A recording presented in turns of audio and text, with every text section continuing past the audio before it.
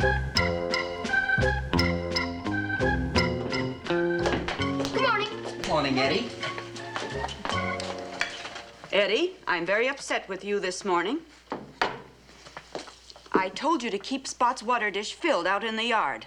Last night he got thirsty, and he went down the street and drained Mr. and Mrs. Hazlitt's pool. Oh, I'm sorry. I forgot. Well, Mrs. Hazlitt just phoned. She was very embarrassed when her husband went out to take his morning dip and dove into an empty pool. What kind of a neighborhood is this, where people begrudge a poor, dumb animal a drink of water? Morning, everybody. Morning. Morning, dear. What are your plans for the weekend, dear? Well, I just thought I'd stick around the house. As a matter of fact, I thought I might work on the car. It needs a thorough checkup. Herman, please, take it to the service station. You're not very mechanical. You're all thumbs. No, I'm not. What, do you think I was put together by some kind of nut? Well, please be careful. Now, every time you plan a weekend project, you get in trouble. Lily, please, don't be silly, dear. How could a clear-thinking, intelligent person such as I get in any kind of trouble?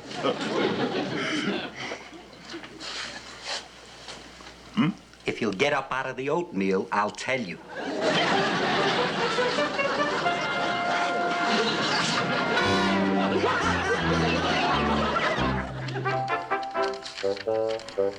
Alfred, that looks like the perfect spot to stage our next accident. The intersection of Mockingbird Lane and Maple Drive. Yeah, it's a nice, quiet residential neighborhood. But where are we going to get a victim now that double-jointed Benny's been picked up by the cops? Alfred, I gotta admit that with that scar face of his and his knack for being able to throw his bones out of joint, the insurance companies did pay off without a second look. Now, don't worry. We'll find somebody to take his place. But where? This is a big city, Alfred. Somewhere there must be some big, stupid guy with a face that looks like it's been in an accident before it happens.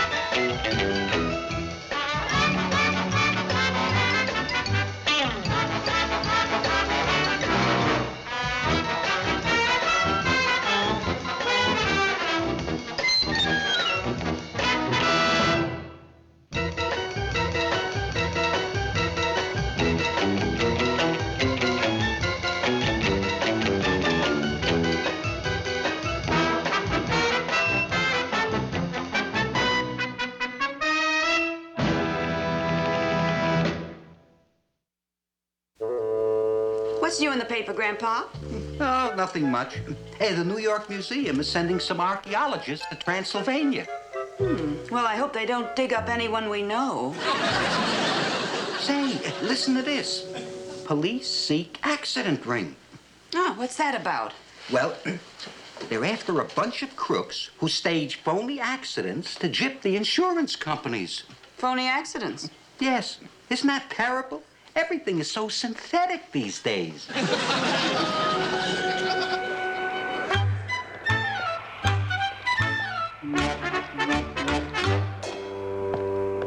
Well, I checked the oil in the transmission. Now all I have to check is the differential. Are you going to jack up the rear end? Exactly what I'm going to do.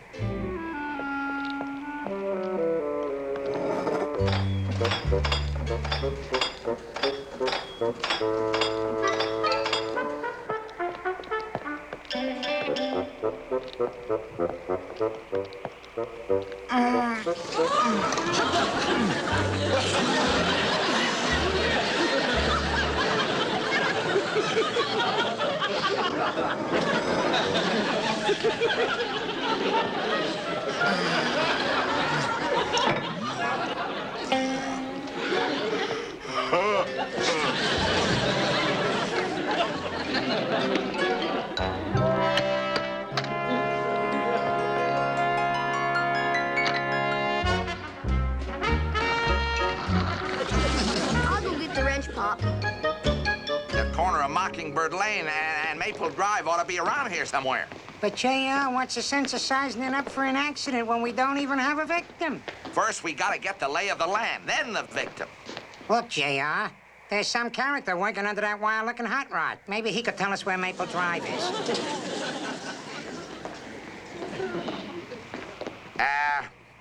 Say, buddy.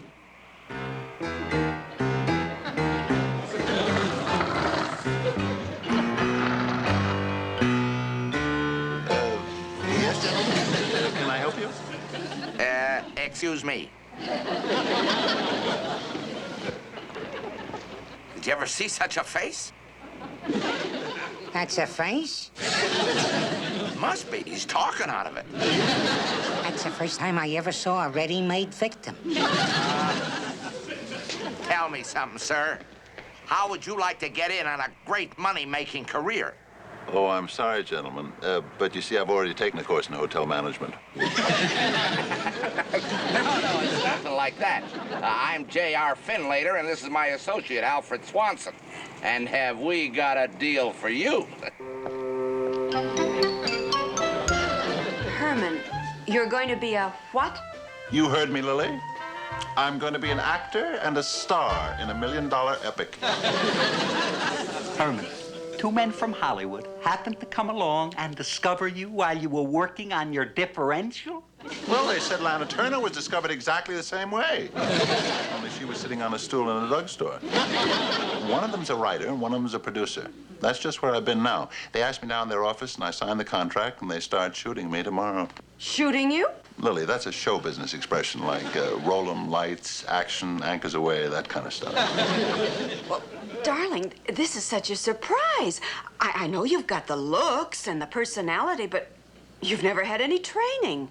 Well, Lily, they explain that it's a documentary, like Naked City. And what they're after is stark realism. And they said I was as stark as anything they've ever seen. Oh, this is wonderful. You, a movie star. Yes. And Lily, I'm doing it all for my family. We're going to move to Hollywood to a nice, expensive house in Beverly Hills, and you'll have diamonds, and Eddie will go to a private school where they'll spoil him rotten. And Grandpa, you can fly back and forth to the old country. I do that all the time anyway. No, but I mean in an airplane. And first class. That might not be bad for a change. To see how the other half flies. Oh, my son-in-law, the movie star. Herman, where's that contract? You better have me look it over.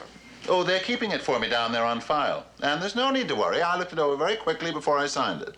And it's got everything in it, including double indemnity. Double indemnity? Well, what's that doing in a contract? Well, they explain that's the title of the picture. It's a remake, and I'm doing the old Fred McMurray part. Oh, dear. Herman, if you have to kiss your leading lady, I'll just die. Oh, don't put yourself out, dear. But if it bothers you, I'll have them use doubles for all that mushy stuff. When does this great epic start shooting? First thing tomorrow morning on the corner of Mockingbird Lane and Maple Drive. Oh. How thrilling. We'll all be down to watch you. Oh, no, you don't. Not tomorrow morning. You see, they're shooting the big scene. They're shooting the end of the picture. They shoot the end of the picture first? Oh, they always do. And I know it's the end because as I was leaving the office, I heard the producer say to the writer, tomorrow will really be the finish for him.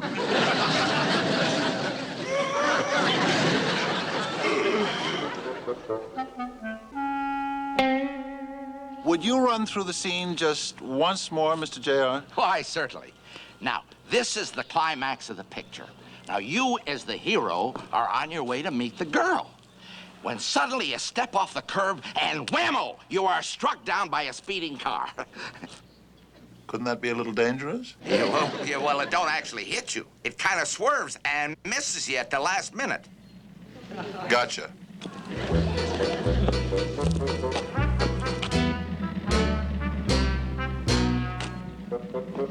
Excuse me. Yeah? Excuse me, but where's the camera? Oh, the camera. Well, I'll tell you, Munster, for the sake of realism, we've got the camera hidden in that mail truck over there.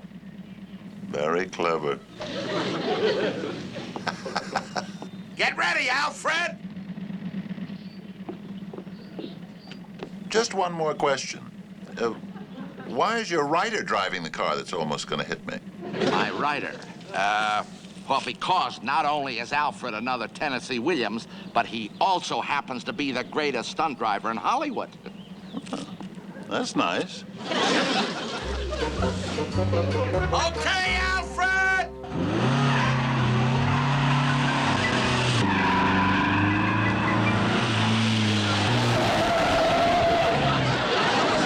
JR? Yeah, what is it now? Well, you forgot to yell roll 'em and all that kind of stuff. We can't forget that, can we? Forgot to say roll 'em.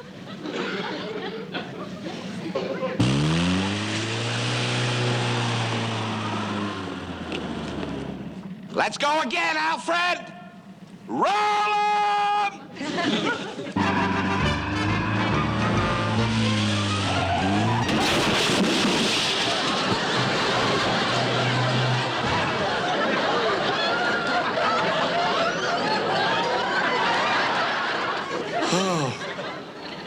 You know something, JR? What, Munster? If he doesn't write any better than he drives, we're in big trouble. May I have my tea now, Aunt Lily? In a minute, Marilyn. Soon as the whistling tea kettle boils.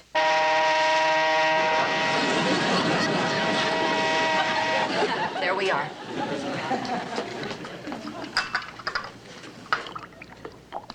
Oh, thank you. Oh, by the way, Herman phoned. He said they're going to shoot the movie in a vacant alley this afternoon. They ran into some kind of trouble on the street. It'll be neat having a father who's a real movie star. It's a very colorful profession, Eddie. When I was younger in the old country, I used to hang around the stage door and put the bite on all the actors. You borrowed money from them? No, I put the bite on them. I bet Herman will be tired and hungry when he gets home. I think I'll put a little something out on the table for him to nibble on. He just loves his little snacks. Now, Herman, in this scene, you're leaning against the building right over here. You're reading this newspaper, and you're waiting for your sweetheart. I see. Right on this chalk mark. Right. That's it. Not quite so far. A little bit to the left, Herman. A little bit more. That's the idea. That's good.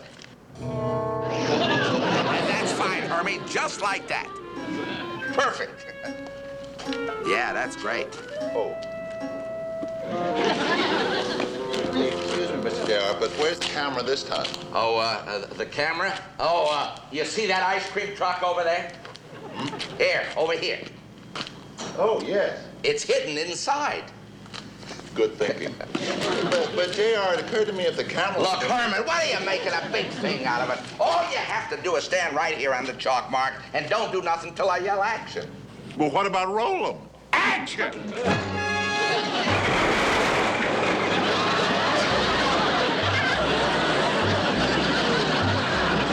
Just how hard moving pictures were on producers and writers. The first day of shooting, and they're shutting down the picture already?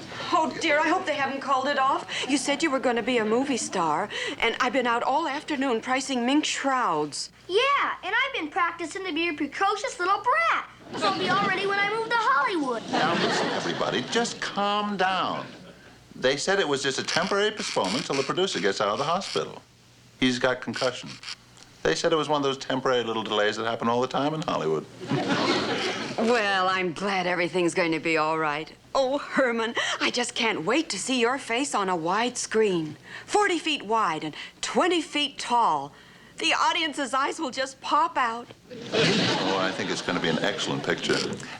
JR told me they're working on a new ending for tomorrow that's going to be a killer. How does it look, JR? Great, Alfred. Now, all we have to do is to get Munster to go through that door, and then it's 1, 2, 3, instant double indemnity.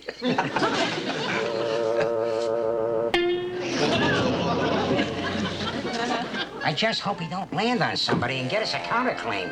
Stop worrying, will you, Alfred? We'll be down at that claims office collecting on a policy before he even hits the ground.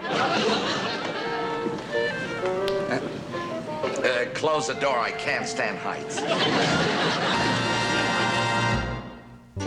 Hey, I just told Spot about moving to Hollywood, and he's real excited. Oh, good. Hey, Spot, how would you like to meet Lassie? How would you like to meet Ed, the talking horse? Hey, Spot, would you like to meet Carol Baker? Oh, Grandpa, stop that. Spot was never that way till you let him eat that copy of the Carpetbaggers. Good morning, all.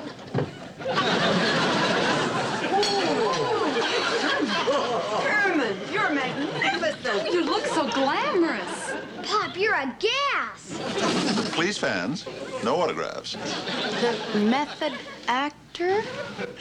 One must dig deep to come up with the right character. You're telling me? That's how I found my first 10 wives. Well, I must be going. Goodbye, dear. We're shooting interiors today. I'll try to give you a blast on the horn between takes. This is the most exciting thing that ever happened. You in pictures. Lily, dear, tut, tut, tut, tut. When one has talent, one must take these things in stride. Bye, all.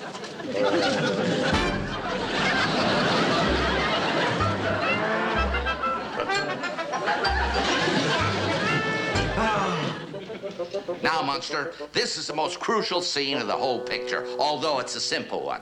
Simple. Right. Now, when we open up, you're seated at the desk. I'm seated. Right. When I give you the cue, you get up, run across the room, fling open that door marked private, and step inside. I think I get it. I get up, go across the room, fling open that door, and step inside. Right. Hey, just a minute now, and I'll check the set.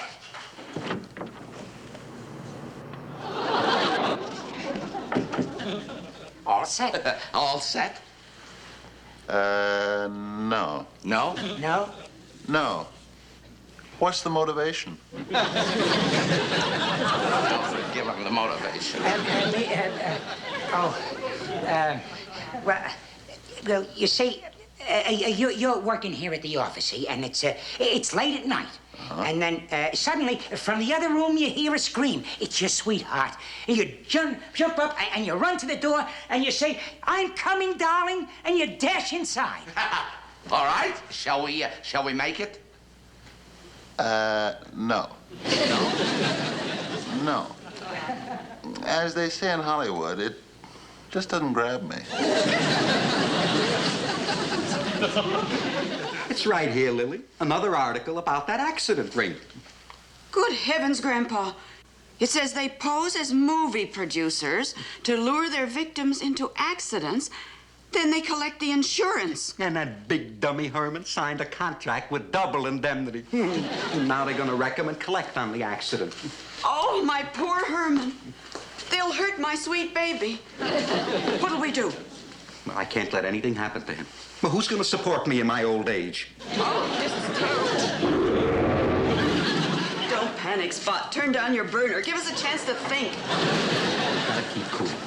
Now, the thing to do is call the police. Oh, come on, Grandpa, let's.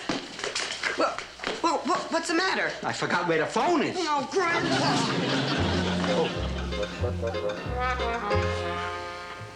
Now, look, Munster. I rewrote the whole scene for you. Will you listen to it? Shoot. This is the office of the boss of the syndicate. Right? Now, it's late at night, Yeah. and you're going through the desk looking for the papers that'll save the United States from being blown to bits. Huh. Now, suddenly, from the next room, you hear a scream. But it's not my sweetheart again. What, sweetheart? It's your mother. Yeah, your mother that you haven't seen in 26 years. I think it might be a little too cliche. Well, you didn't let me finish. You see, because after the scream, you hear a bark. Bark? Yeah, a bark. Woof, woof. Of course, tied up in there with your mother is the collie dog that pulled you out of the well when you was a little bitty boy in Scotland. Now you're talking motivation. All right, now then, let's make a take. What do you say? Right. Right. There we go. All right. Sit down. In the seat. That's the idea. Ready? Action! Start going through the drawers. Now you hear your mother scream. In the dog park, woof, woof.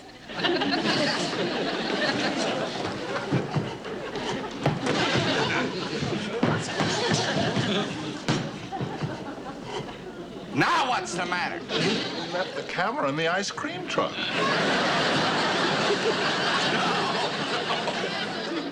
That's right, officer. And now they're going to stage an accident and collect on his insurance. Oh, tell them to hurry, Grandpa. They may be doing away with Herman at this very moment. He says unless someone stole our bicycle, he can't help us. He's giving me another department. Now look, Munster, everything is all set. Now pay attention. Here. The camera is behind this picture, all right? Your mother and the dog are in the other room. Now let's make a take. For the final and last time. Now, you ready?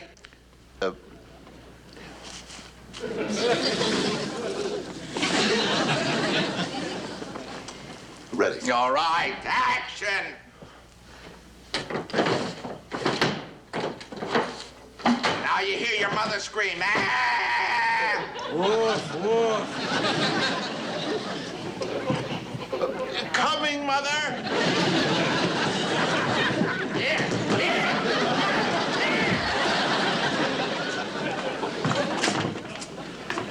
You're in the closet. No, it's not this door. It's this door. Now a baby can do it. It's so simple. All you do is you go to this door, open the door, and step inside.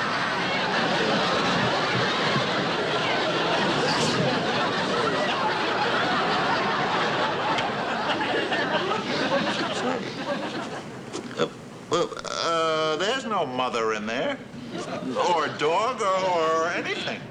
There's not even a room in there. They must have moved it. I think you fellas were trying to hurt me. You know, if you keep this up, I might get very angry. I might even report you to the Better Business Bureau. So there.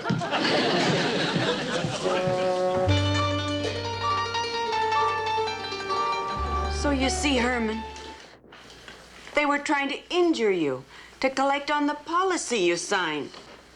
You know, Lily, there ought to be a law against things like this. Law? Of course there's a law. And as law-abiding citizens, we are going to go down to the police station and file a complaint against these crooks.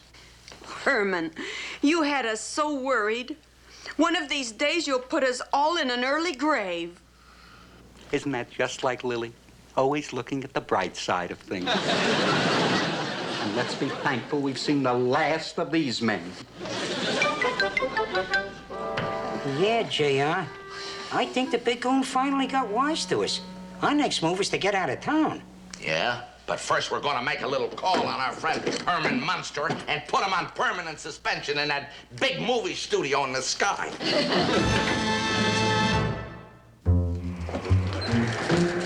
Gee, what a creepy place.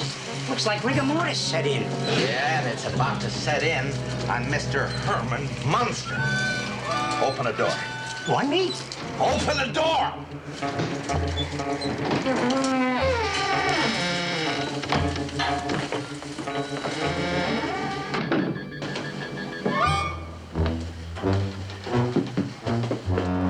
He must be upstairs. Call him. We'll take care of him.